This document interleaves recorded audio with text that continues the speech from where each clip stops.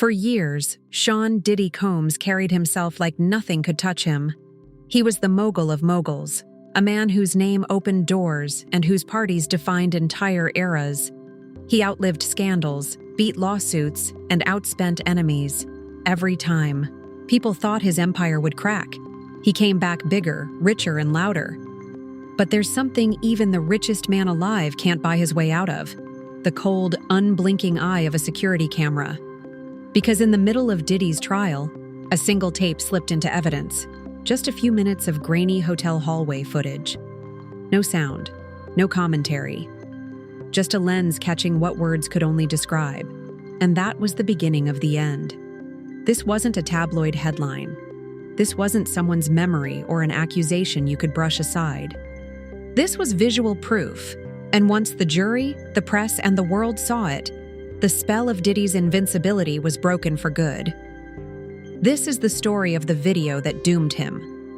Let's rewind. By the time this tape made its way into court, the walls were already closing in on Diddy. Accusations of trafficking, violence, and organized abuse had turned his trial into front-page news. He wasn't just a music figure anymore. He was the villain in a national scandal. But trials are messy. Juries are skeptical. Defense teams can poke holes in testimonies, blur timelines, make victims sound confused or unreliable. Words, after, all can always be twisted. That's why this video mattered so much. It didn't stutter. It didn't get nervous on the witness stand. It didn't forget details or contradict itself. It simply played, over and over. A relentless loop of truth. Here's what was on that tape. Cassie Ventura, the woman who had once been Diddy's protege, his muse and later his partner, appears in a hotel hallway. She looks tense, trying to put distance between herself and Diddy. Then, in a flash, he lunges. He grabs her. He shoves her. She stumbles to the floor. He kicks her as she tries to get up. The footage cuts off there. Just seconds. But seconds were enough. The silence of it all made it worse.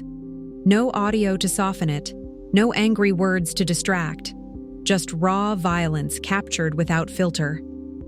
The images were damning because they confirmed what Cassie had put in. Writing long before, her claims of abuse weren't exaggerated. They were real. Think about it. Diddy had been accused of wild things before. Parties that spiraled into exploitation. Secret flights and hotel rooms stocked for sex binges. Threats against people who wouldn't play along. These stories filled newspapers, podcasts, and gossip channels. But for the average person watching at home, those were still just stories. Hard to picture, easy to doubt. The video changed that. Suddenly, the abuse wasn't abstract anymore.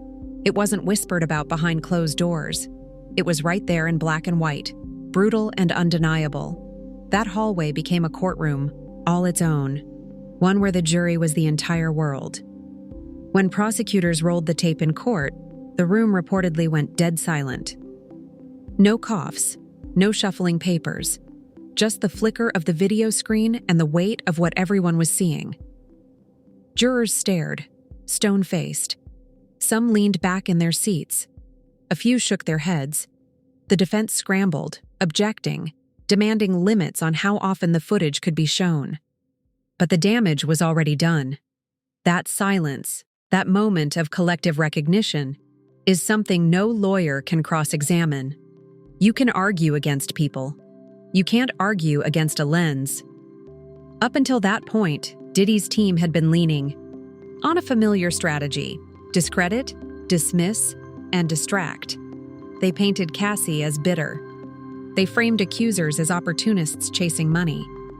They called the raids on his mansions excessive, theatrical, unnecessary. But once that tape surfaced, the defense had no clean way to spin it.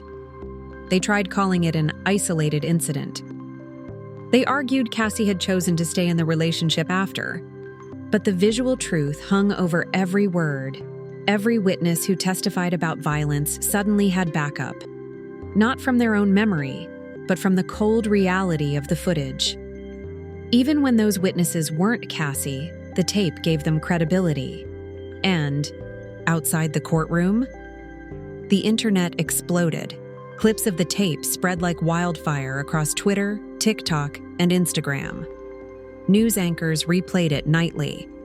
Memes twisted Diddy's once proud image into something darker. Comment sections filled with outrage, disappointment, and disgust.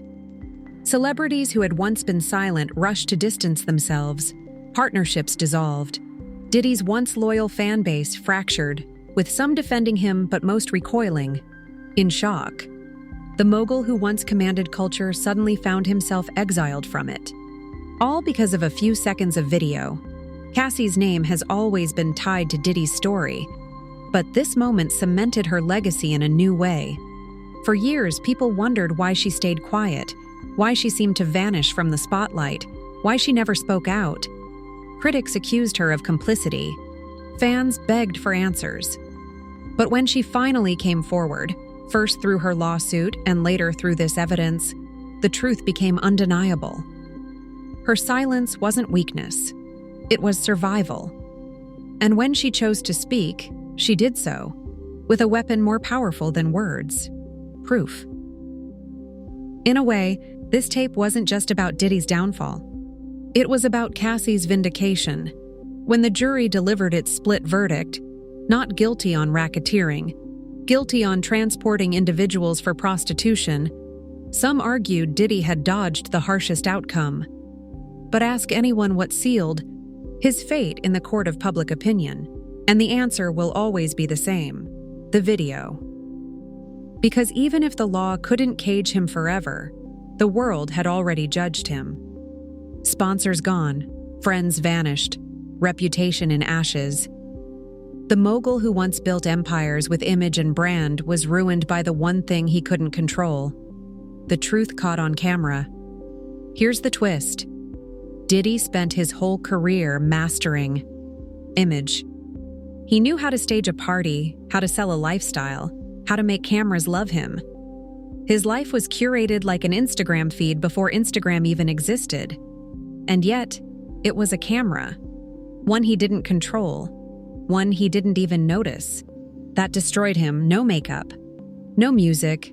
No filters. Just a hallway. Just violence.